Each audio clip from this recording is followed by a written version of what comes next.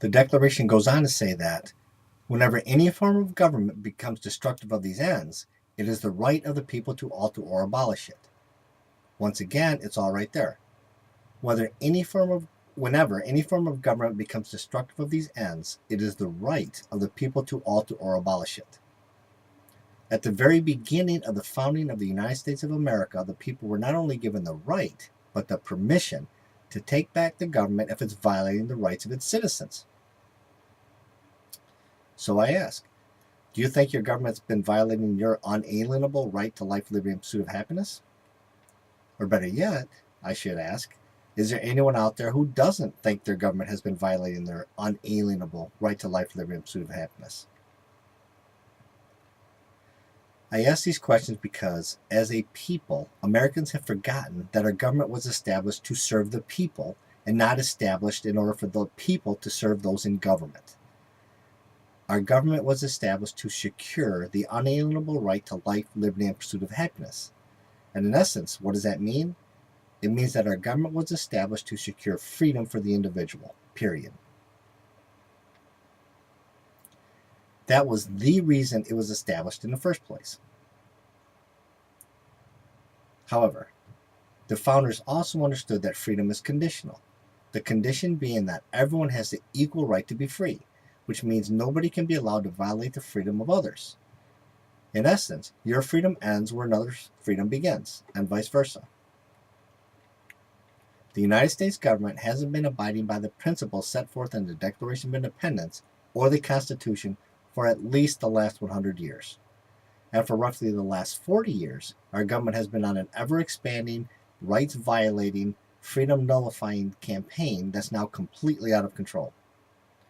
Not only does this government violate the rights of its citizens in all the conventional ways, but it's become an expert in violating the rights of its citizens in more covert and unconventional ways, such as the deliberate inflation of our nation's currency and uncontrolled debt accumulation, which are both just underhanded ways of violating the property rights of every hard-working, productive American. Our once great country is being destroyed from within by the very people we put into office to protect it. As a nation, we're over $12 trillion in debt. That's roughly $40,000 for every man, woman, and child, and roughly $110,000 for every single taxpayer. Just what we pay in interest alone on this debt is what it used to cost to run the entire government just a little over 2 decades ago. And if that's not bad enough, the cost of our unfunded liabilities, such as Social Security and Medicare, is over $107 trillion. That's 107 with 12 zeros after it. Our government is destroying this country from within, and along with it is destroying the future of our children, our grandchildren, and every generation thereafter. And they're doing it by incrementally taking away both the personal and economic freedom of its citizens. The greatness of the United States of America was based on one thing and one thing only: freedom. The freedom of each individual to make the moral and economic choices they felt were in their best interest. Of course, there were unjustified exceptions to this rule, such as slavery and the subjugation of the native population, but in general, that was the rule. And because each individual was free, each individual had to live up to his personal responsibilities, depend on the charity of others, or perish. Today, if an individual doesn't want to live up to his personal responsibilities, he doesn't have to. He can simply hire the government to take away the economic rights of another, and then force them to be his, or any other parasite's, beast of burden. In essence, Americans have thrown out our former moral, economic, and political premise. Give a man a fish and you feed him for a day, but teach him how to fish and you feed him for a lifetime, in favor of the immoral, economic, and political premise. Give a man a fish and you feed him for a day, but teach him how to steal the fish of others through the voting process and you feed him for a lifetime. Wake up, America. What does it matter who takes away your freedom? Democrat, Republican, socialist, communist, fascist, dictator, what does it matter? If your freedom is being taken away, it's being taken away, period. If your rights are being violated, your rights are being violated, period. Stand up and be counted. Tell your government, No, demand that your government respect your right to life, liberty, and pursuit of your happiness. Demand that your government get back to the values that made this nation the greatest, most prosperous nation in world history: freedom, liberty, justice, self determination, personal responsibility, hard work, and equality under the law, just to name a few. It's time to take a stand and decide what you're going to take a stand for. And then you're going to have to decide who you're going to be: a producer, an enabler, or a parasite.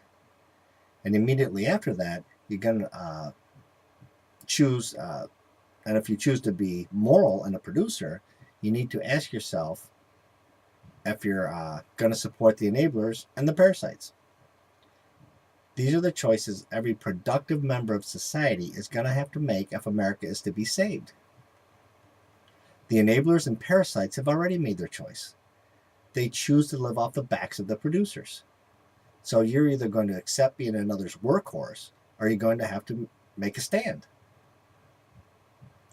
There comes a time in the life of a republic or democracy when the working people have to ask themselves, is my government helping the working man, or is my government hurting the working man? Are the policies of my government supporting freedom, personal responsibility, and other values that make life worth living? Or are the policies of my government destroying freedom, personal responsibility, and other values that make life worth living?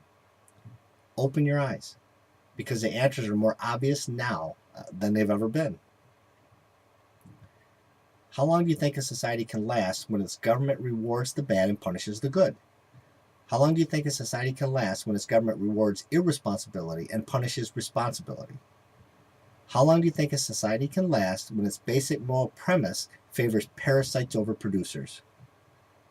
Every year that goes by, because of our government policies, more and more people are getting some type of government check and living off the backs of the producers. There are over 300 million people living in the United States.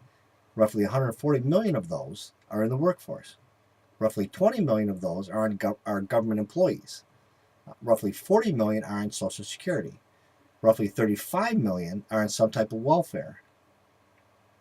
My point being that every year that goes by, the population of enablers and parasites goes up, while the population of workers and producers goes down. What percentage of parasites can a civilization support before it collapses from its own dead weight? How long can a society last before its hardworking, productive citizens say, the hell with it? Is it not time for a revolution of the producers? Is it not time for Atlas to shrug? Thomas Jefferson said, the tree of liberty must be refreshed from time to time with the blood of patriots and tyrants. And a wise and frugal government, which shall refrain men from injuring one another, shall leave them otherwise free to regulate their own pursuits of industry and improvement, and shall not take from the mouth of labor the bread it has earned. Since our government's no longer following Jefferson's advice on taking the bread labor has earned, perhaps it's time for those who labor to follow Jefferson's advice on refreshing the tree of liberty. If you're interested in these ideas, my new book is available, The Common Sense Ethics of a Blue Collar Philosopher, at publishamerica.com. Thank you.